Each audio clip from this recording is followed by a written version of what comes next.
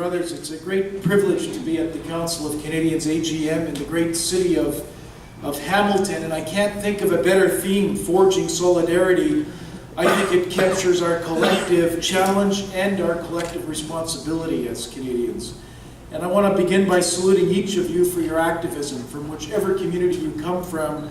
It's incredibly important. There is an energy in our country, as I've traveled to every corner of Canada with Maud, that people of common purpose want better for our communities.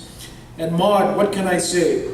We have traveled to every corner of the world, of Canada and the world. I'll speak about Hong Kong in a moment. As Maud said, promoting public water, our CETA tour. We're in the midst of a health accord tour, and we'll be in a couple of weeks on the West Coast. We're talking about 2015 and the yet-to-be-named Reclaim Our Democracy tour. And this summer, at Maud's request, and I'm like you, I can't say no to Maud Barlow.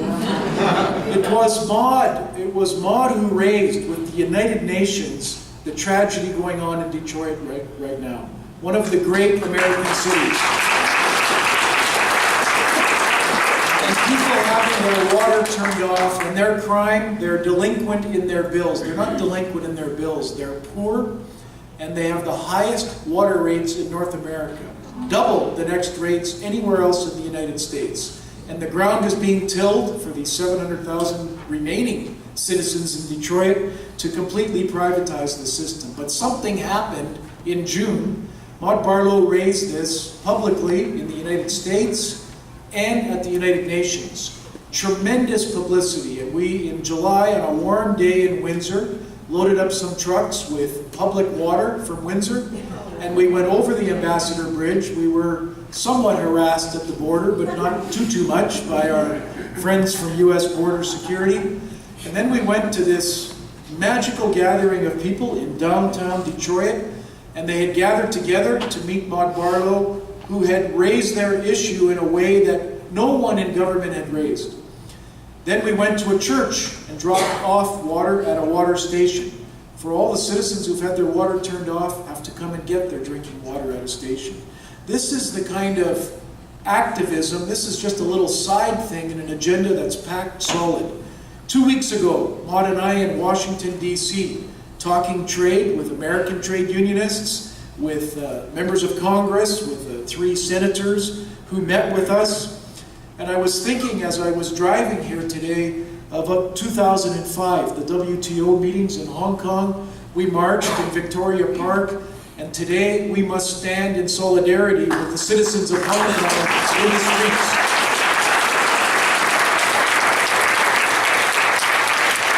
Community members love and respect Maud. She is a great Canadian, one I am proud to call my friend and my comrade. Together, we never let up in our shared goals to build a better world here in Canada and outside of Canada, where the people's interests are paramount, where respect for our planet and its resources drives public policy. All I can say on behalf of each and every CUPE member in every corner of Canada, thank you, Maud. We are proud to work with you and the army called the Council of Canadians.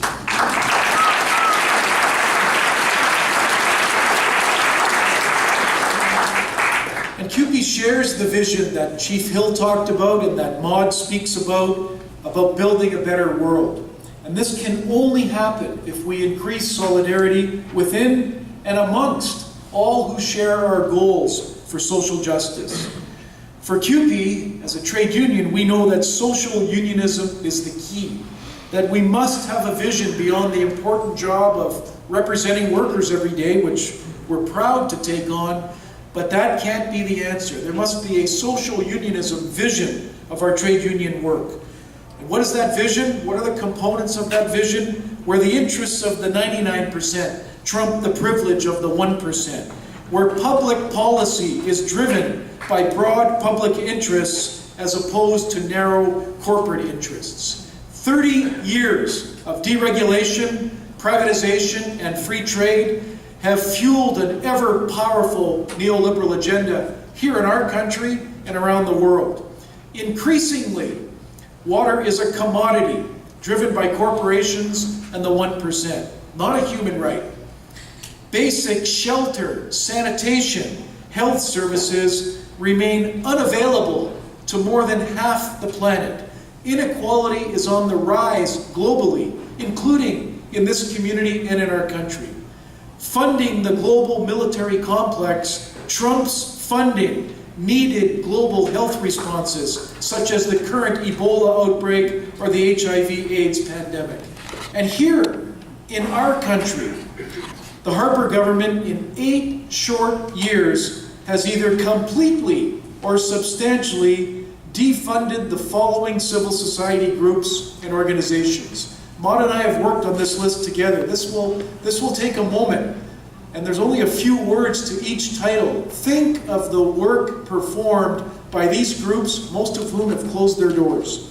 The National Council of Welfare, the Law Commission of Canada, the Canadian Conference of the Arts, the Canadian Council on Learning, Canadian HIV/AIDS Network, the Health Council of Canada, Health Canada Library, Canada Without Poverty, the Military Complaints Commission, the Law Reform Commission of Canada, the Court Challenges Program, the National Association of Women and the Law, the National Network on Environments and Women's Health, the Canadian Research Institute for the Advancement of Women, the Status of Women of Canada, the Women's Legal Education and Action Fund, Match International, the Canadian Council for International Cooperation, Kairos, Development and Peace, Rights and Democracy, Alternatives, the National Aboriginal Health Organization, the Aboriginal Language Institute, the Native Women's Association, defunded, the Canadian Environmental Network, the Canadian Roundtable on the Environment and the Economy, closed, Climate Action Network, defunded, the Canadian Nuclear Safety Commission. It is a decimation of equality and civility that we all seek. And Harper has made Canada less equal, less just, and much harsher for all citizens, especially Canadians who need comprehensive public services and advocacy, including seniors, youth, First Nations, women, the disabled, and new Canadians. 9 years of Harper has not just defunded those organizations and uncivilized our country. He's also eliminated the mandatory long-term census, dismantled the Canadian Wheat Board, assaulted our democracy through the Unfair Elections Act, making voting more difficult for groups that they don't believe vote for them. And it's only because of the work of the Council of Canadians that we got amendments to that horrific legislation. And I thank God for that.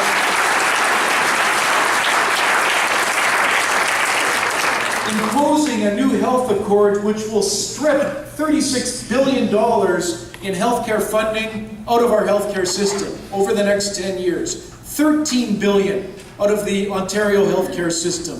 By the end of 2024, Canada will fund 13 cents of every healthcare dollar. It was 50-50 when our parents' generation brought Medicare in. We'll be down to 13 cents on the dollar with the Harper vision for less government and an unfairer Canada.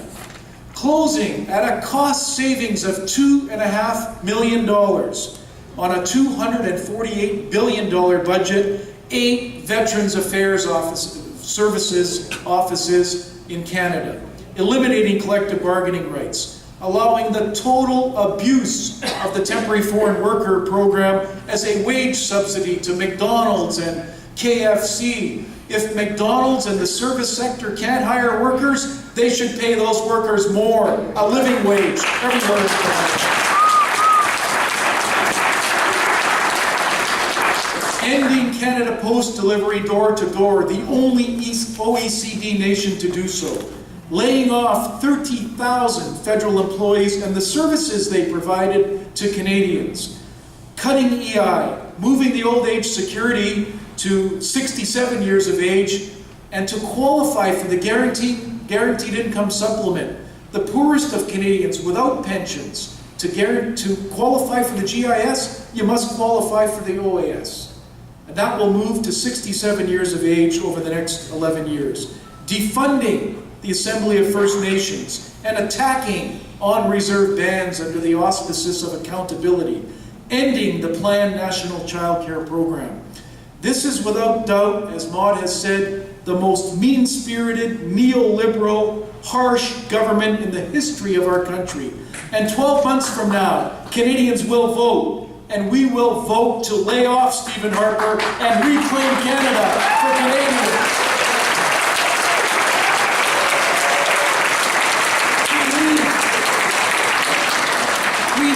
The strength and the vitality that the Council of Canadians brings to all debates, all chapters of the Council, in every corner of Canada. And we need a trade union movement, a labour movement in Canada that gets it, one that embraces the work with all who want to build a better Canada. In the internet age, with 1,000 channels, with Facebook, with Twitter, an almost unlimited capacity to communicate, workers and citizens are arguably more isolated today than at any time in human history, are less informed and are less conscious of their class and of the issues that confront us. We need to break the silence that threatens our activism and ultimately our democracy. We need more gatherings such as this, more collective displays of solidarity such as Maud led over the Ambassador Bridge into Detroit in July. But I remain optimistic when I see people rising up throughout the world, in Hong Kong, people questioning corporate power, people speaking truth to power and supporting acts of global solidarity. One has to have hope for a world that can get its priorities straight. When the Iron Curtain fell 25 years ago in 1989, a jailed dissident and playwright and a pro-democracy fighter said, "We live in the postmodern world where anything is possible but nothing is certain." We live in a world where anything is possible but nothing is certain. How true. I remember 15 years ago in Ottawa at our first Blue Water Summit with Maud, working closely with CUPE and others, Maud introducing to a crowd one evening for the first time for me, Oscar Oliveira of Bolivia, a water warrior, who in a very short translated speech, maybe 5 or 6 minutes, spoke of his people's struggles, which saw the removal of the Bechtel Water Corporation from their community.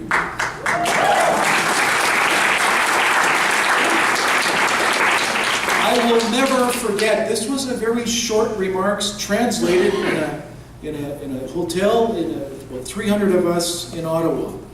And this one sentence remains with me and always will. Oscar Oliveira said, "For us, democracy is who decides."